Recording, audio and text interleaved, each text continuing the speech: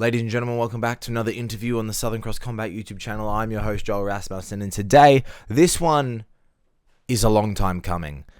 And it's not a long time coming because he was particularly hard to get a hold of. Kitt is very giving with his time. But it's a long time coming for Mr. Kitt Campbell because he is finally here. He's finally on. We now know for sure he's on the UFC radar. I'm talking to Kitt Campbell ahead of the road to UFC. Kitt is a legend of the Australian MMA scene. He is a training partner of gentlemen like Jake Matthews. I almost said Jack Matthews, so I'm thinking about Jack Della. He is a training partner of people like Jake Matthews and people like Jimmy Crute out at Australian Elite Team, and he has been a staple of training with high level guys and of high level Australian mixed martial arts for a very long time. He's a 3-time Hex welterweight champion, and he is now getting his opportunity, his time in the sun. He is on a featured bout on the road to UFC, which of course doesn't mean like he's not fighting exactly for a contract, but as he reveals in this interview, there is some stakes here, and I'll let you guys watch the interview for that. But I'm so happy that Kitt's getting this opportunity. Everyone in the scene is. I bring it up in the interview, but the word that comes to mind is finally. Finally, he's being given this opportunity that he has earned.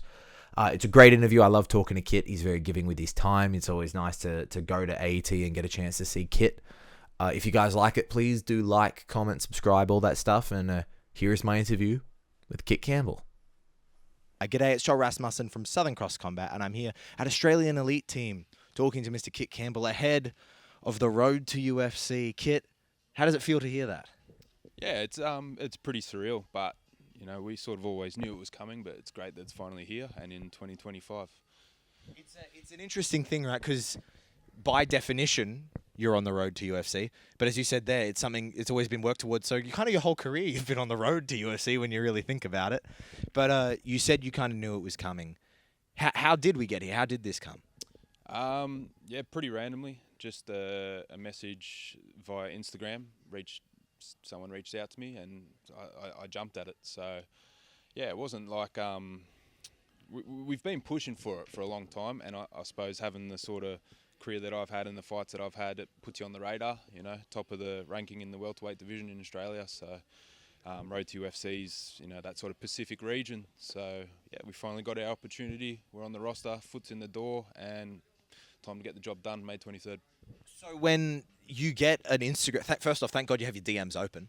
If you had them closed, well, I don't know what happens then, bro. Yeah, I know. It's funny like that. That something so career defining comes down to a DM. So I won't necessarily ask. You don't have to reveal the account, but like, is it from a legitimate enough source where you thought was there ever a point where you were like, this isn't real, like this is a troll, or like was it from a legit source? No, it was one of the staff from the PI, the Performance Institute in China. So yeah, I sort of knew what was coming after that message. I'm like, yeah, all right, done. This is it. Let's go. You're a man who's been around the scene before. Last time I saw you was UFC Sydney. You're no stranger to the UFC way of doing things and such. Did you know the person? Like, have you ever been to the PI in China or anything like that? No, I haven't. No, and no, I've never met the guy. So yeah, it's funny. Like I said, your career sort of lays in the hands of timing. You know what I mean? Like all that came down to was timing. Right place, right time. And you're a man who is, I don't know if I'd even say that, because it's not like right place, right time, because it's all the work that's been here so far. You know what I mean? Like it's not just cosmic coincidence, in my opinion, that you've got this shot. But something that I've really noticed, especially when that post got made about you have officially signed, an outpouring of love, and from people that, at least from my perspective, I don't think they have any ties to AET. Have you felt like the love from people? The phrase that keeps coming back that I keep seeing is finally, because Kitt deserves this. Yeah, look, like the love, yeah, it's very touching. And yeah, like it has been a big climb to get to this point. So I think people that have been there and like in the industry that have seen what I've had to go through to get to this point and like all the challenges I've faced, they sort of touches home for him a bit. And yeah, it's a sort of a feel good story that he's finally gotten there. You know what I mean? Yeah, I could have given up a long time ago. In a sport like MMA that can be so team based and like secular, they're over there and we're over here, to kind of have that where maybe it's people that you have crossed paths with a long time ago, maybe people you've never crossed paths with, kind of all come together to express their happiness for you. What was that kind of like? Yeah, it's cool. Like, I don't really get involved in politics, and it's a pretty heavy I can't say it, political sport. So yeah, I mean, it's cool. People come out of the woodworks and wish you luck, and are grateful that you made it. So yeah, well, haven't made it just yet, but you know what I mean. Like, we're on the road to UFC. What is the attitude with that? Because yeah, as you said there, it's definitely a huge step in that right direction. It's not quite the UFC, but it obviously is something that can lead to that. What is the attitude heading into this? Yeah, I'm just grasping it by the balls, I'm very excited for it, and finally been given my opportunity to go over there, perform, and seal the deal. You know what I mean? And that's all the goal is. We're looking to finish this guy. This is what we're training for. Like any other opponent, we're always looking for the finish, and we have to make a statement. And especially fighting a guy like Tylak, like one of the hottest prospects coming out of the region at the moment. Getting the finish over him, I think, gives us a good case for a contract. What do you know anything about Tylak? When you start fighting on the international stage, it becomes a thing of, it's not someone that we know locally. It's maybe someone you've never heard of. Do you know anything about him? And if you do, what do you make of Tylak? Look, nothing personally, just watched a few of his videos, studied his fight style.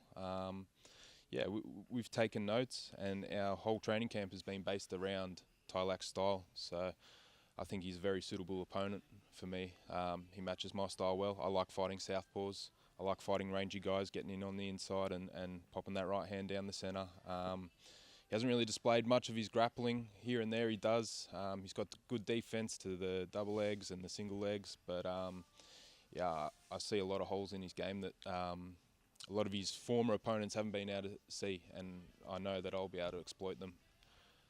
You mentioned there, you are coming to make a statement. What is the statement you're coming to make? Just to knock him out, really. Finish him by whatever means necessary, and do it fashionably, you know what I mean? And just be more than a fighter, I want to show my charisma a bit, and yeah, just really stamp my name on that contract. It can be an unsure thing. The tournament, if you win the tournament, you get in. The featured bouts are a little bit more kind of hit and miss. It feels a little bit more like a contender. It's not just the fight; it is the performance. Has there been any talk of like a win here or an impressive victory here gets a contract? We've been told to treat it as a contender series by the UFC, and like you said, nothing is guaranteed. Yeah, but like I was explaining to you, getting a win over one of the hottest prospects coming out of China and Kazakhstan really does seal. I reckon that seals the deal. You know what I mean? And to do it fashionably, like we'll make our case heard once that happens. You know what I mean? We'll be on them straight away, and we're here, ready to go. Obviously, the stakes are very high, but from a contest perspective, if this fight was happening, doesn't matter where, let's say it was in an unbranded cage somewhere else, based on you talked about there about him and the holes you see, is this the hardest test of your career? Look, the stakes are probably the highest they've been. I've had a lot of hard fights, Joel, you know that, and I think all of those fights have set me up very well for this one, so I'm not underestimating one bit. I don't want to say it's the hardest fight. I also don't want to say it's the easiest. You know what I mean? Like, it's a fight. At the end of the day, you've got to treat every fight as the hardest fight of your life. Because after this one, my next fight's going to be probably the hardest fight of my life. You know what I mean? You just can't underestimate anyone. What is like that feeling like you say there, in a career that has been such a journey, and to be here, it's like very good victory here. means the fights will get harder. Like it's like you're at the base of like the top of the roller coaster. You're like, you're like, we're gonna start going up. How is that?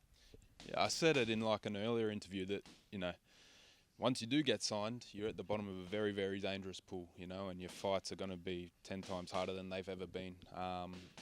And yeah, I'm just expecting that, and I'm excited for it, like it just makes you work a bit harder, and it really lights the fire to succeed.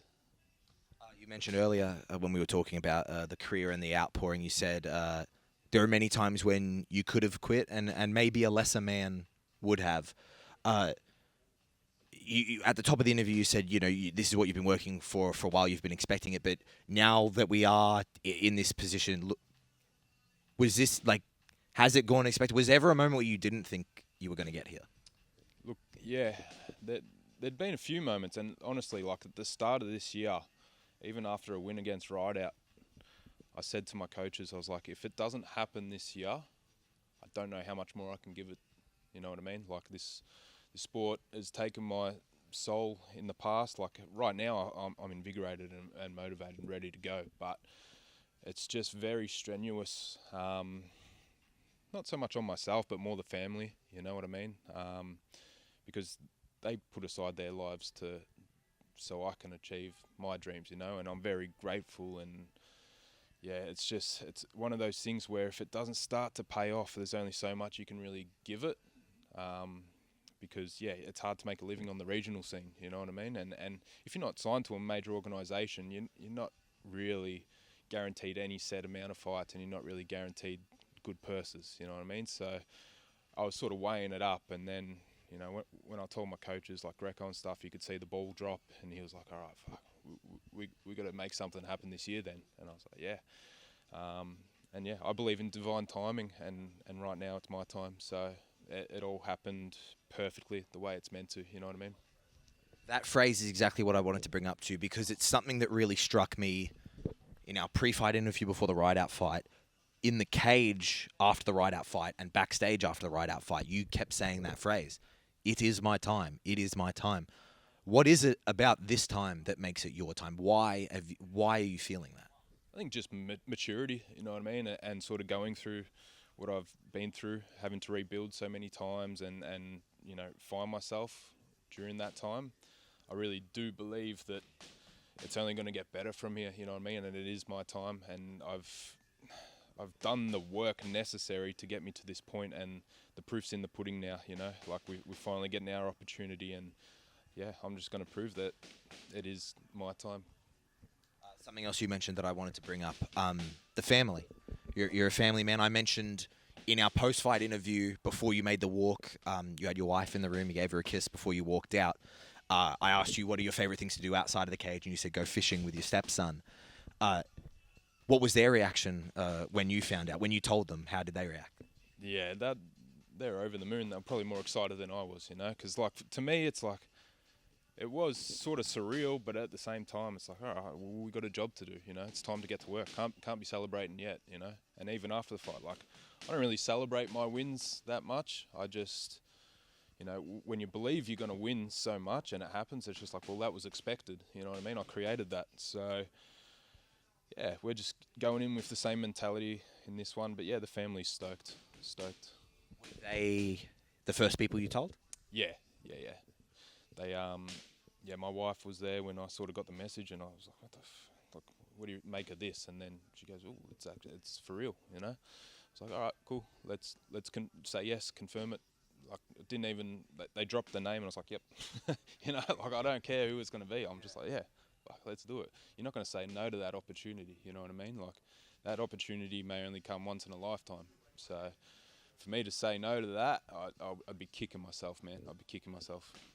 What were the teammates' reactions once you came in here at some point and said, boys, I got a fight? And they're like, oh, cool, defending the belt? And you're like, nah. That's sort of how it happened. Like, the guy was like, oh, what, on X? And I was like, nah. So a bit better. We couldn't really drop the news right away, but when it all got announced online and stuff, then we were able to drop it. And yeah, everyone's sort of rallying behind me, which is awesome, man. They're all pushing me to getting me ready for it. So I'm very blessed to be training at AET and have the coaching staff around and all the boys, and we're working very hard, very very hard.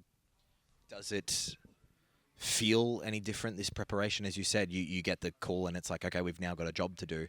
Does this feel different to a local title fight, a local title defense? I think everything's just sharper. There's an emphasis on everything that we're doing right now, you know what I mean? Like, we're really striving for perfection, which we do anyway, but yeah, this time that's just, we're given that, you know, that 10-20% extra, you know what I mean? But yeah, like, we do that anyway. Any sort of fight we have, we're professional about how we go about it. This might be a question that I will ask once we're on the other side and it's happened and the dust has settled. But so maybe this is just getting your thoughts on what you think it might feel like. But as I mentioned before, like, I saw you at UFC Sydney. You've been out the back in UFC rooms before. To make now it's you. It's your time. It's your turn to make the walk, put in those gloves on. You know what I mean? Do you think it'll feel like, I'm going to use the phrase, surreal? Look, I could be wearing any gloves. I could be wearing Hex gloves, Eternal gloves, AFC gloves. At the end of the day, it's a fight. You know what I mean? Yeah, I don't know if surreal will be the word. I just feel as though I'll be comfortable and ready for it. You know what I mean? Like, I've envisioned it in my head for so long that for it to become a reality, it just feels right. Will you get a chance to, like, hang out afterwards? You know, you're traveling. I don't know. Have you ever been to China before? No, never been to China. We're going to Shanghai. So we fly over a week earlier, so that'll sort of be like all our media stuff and doing all that. But we'll get chances in between to check out the city and do whatever, you know. But we basically fight, and then the next day we're out of there. So yeah, Rushing back home? pretty much, man. Yeah. To the family, bro. You got the family waiting. I know, man. A week's too long. How do you go, with that, with the travel and being away from the family? Yeah, look, it's expected when you do this sport. You know what I mean? Like, it sort of comes with it. You can't fight at home every time. But having said that, this is my first time fighting overseas. You know what I mean? But yeah, I've travelled before, like with Jake for the UFC, and then obviously travelled with work and stuff before. So yeah, it's never nice being away from home, but a week's doable. 2 weeks is, and then any longer than that, man, I'll be missing everyone. How traveling to fight is like its whole own bag of worms. You know what I mean? Traveling to fight interstate can sometimes be difficult enough, but now going internationally, how are you? Getting ready to kind of prepare for that. It's just like I said, man. At the end of the day, it's a fight, you know, and I'm excited. So I think the excitement will sort of take over, like any travel fears and stuff, and I'm just going to embrace it. You know what I mean? So yeah, I'm not worried about the fact that I haven't fought overseas before, because it's a fight. I'll be comfortable. It doesn't matter where I am. Well, so I suppose you're not traveling to fight overseas in like a local promotion. You're at the PI. So like, if they're like, we need scales, they will have scales. You don't have to No, that's right. They've got everything there, and I mean, China's only 2 hours time difference, so it's you don't really have to adjust to the time. And in terms of like acclimatizing, like, we'll be there a week before, so I've heard the air's a bit foggy over there. But yeah, I've heard a lot of things about China. I know, but I'm excited. Might have to leave the phone at home. I've heard that, or get a VPN. Yeah, exactly. I was just saying before to Tommy. I was like, get a good VPN. If only we had a VPN sponsor. What is the team going to be? Who is coming over with you? So I've got Jake, Tommy, and my stepson Elias. Oh, hell yeah! How old is your stepson? He is, what is he now? 18, 19? Oh. Yeah. So he's a bit older. Yeah. Capable age. Yeah, he's capable age, and he's hold the spit bucket.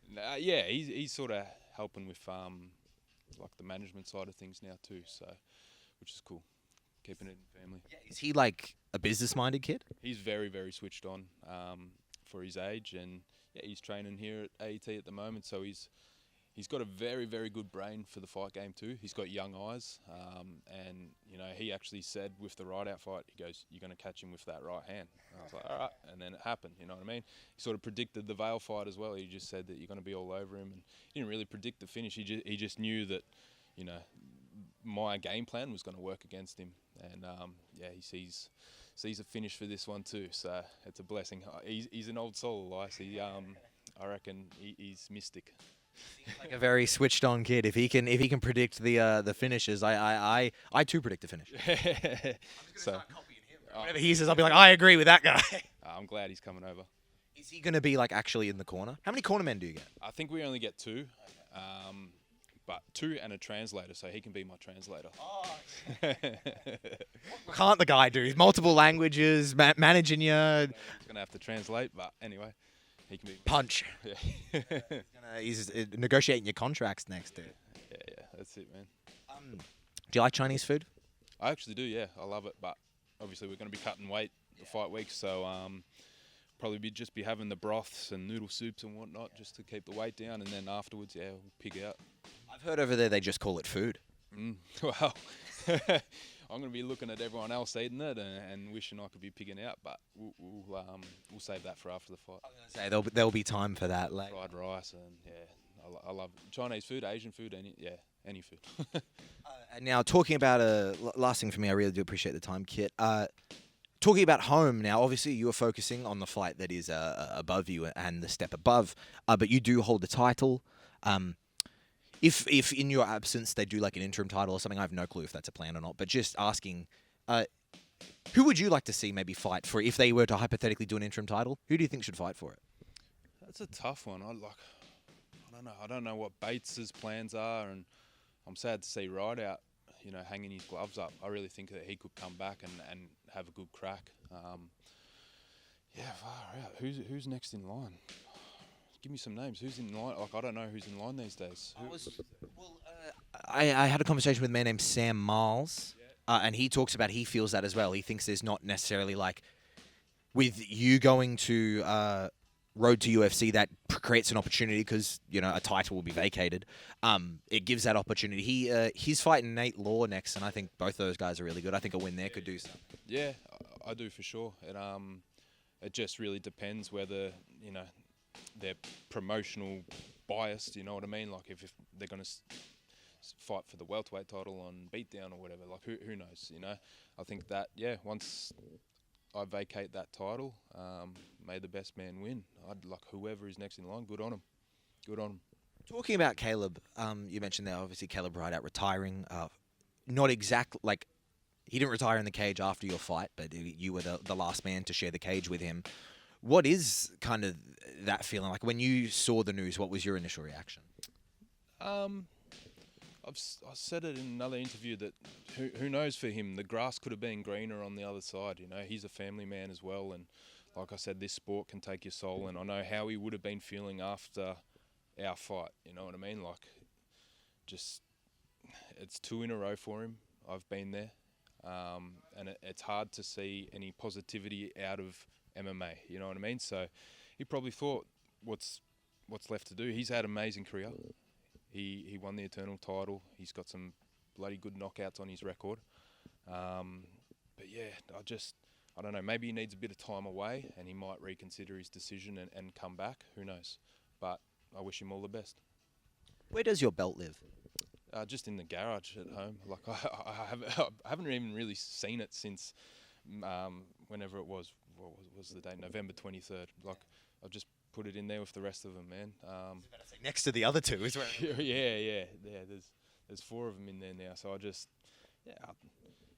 they're just in there. Maybe one day grandkids can wear them or something. That's how I think of them, Yeah, I'd be shattered if I lost them, but I don't really pay much attention to them because one day the grandkids will probably find them cool.